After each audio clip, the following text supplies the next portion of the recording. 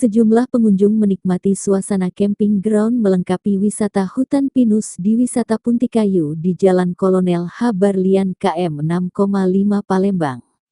Manajer Puntikayu Palembang, Raden Aska menjelaskan bahwa objek wisata yang dikelolanya sangat mematuhi aturan protokol kesehatan, meskipun pemerintah kota Palembang dinyatakan Palembang melandai.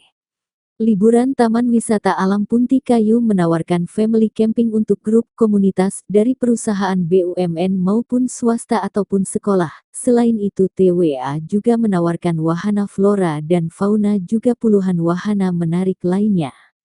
Taman Wisata Alam TWA ini merupakan hutan kota terbesar di dunia setelah hutan kota Islandia. Dengan luas sekitar 50 hektar, merupakan tempat favorit masyarakat Palembang berlibur. Karena ruang terbuka hijau tempat ini buka setiap hari. Katanya, untuk harga tiket masuk wisata Puntikayu jenis tiket weekday dan weekend yang ditawarkan. Tiket anak-anak Rp20.000 hingga Rp25.000. Tiket masuk dewasa Rp25.000 hingga Rp30.000. Perahu naga, sepeda air Rp10.000. Waterpark Rp5.000.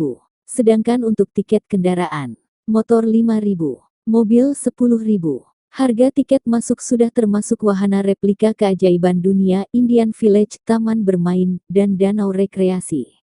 Waktu operasional dibuka dari Senin, Minggu dari pukul 9 pukul 17.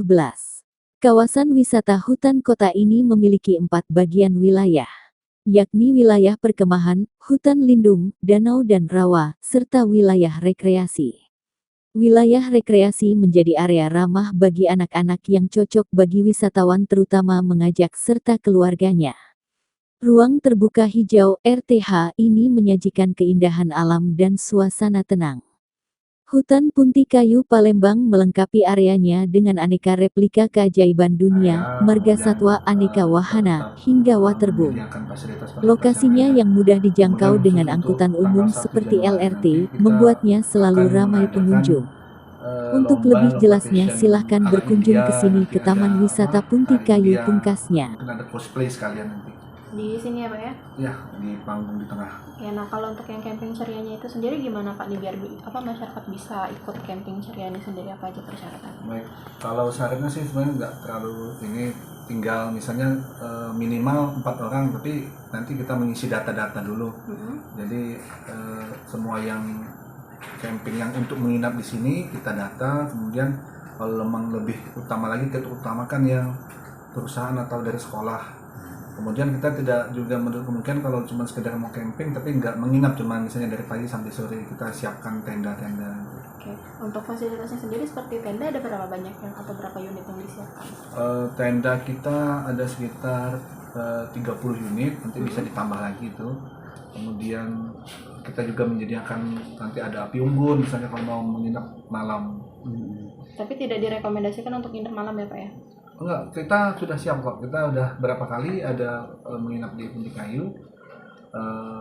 Artinya kita punya pilihan. Kalau mau menginap kita ada pakai pilihan. Kalau mau cukup cuma sekedar untuk spot foto atau untuk duduk-duduk aja kita bisa siapkan nanti tendanya. Pak, kapasitas tenda sendiri berapa orang? Atau ada per unit-unit gitu loh? Ya, kapasitas itu tenda camping yang bisa untuk 2-3 orang. Gitu. Itu kalau untuk yang camping ceria itu dimulai dari tanggal 25 berarti Pak ya? Kalau itu sifatnya reguler, jadi kapan pun bisa. Tapi kita memang biasanya kan kalau mendekati akhir tahun tuh banyak yang pengen nginep di satu tempat kan, merasakan hutan pinus, sensasi alam. Lebih kita fokuskan di sana nanti. Oke. Kalau sampai saat ini Pak terkait dengan peningkatan pengunjung itu Pak sudah mulai terlihat belum?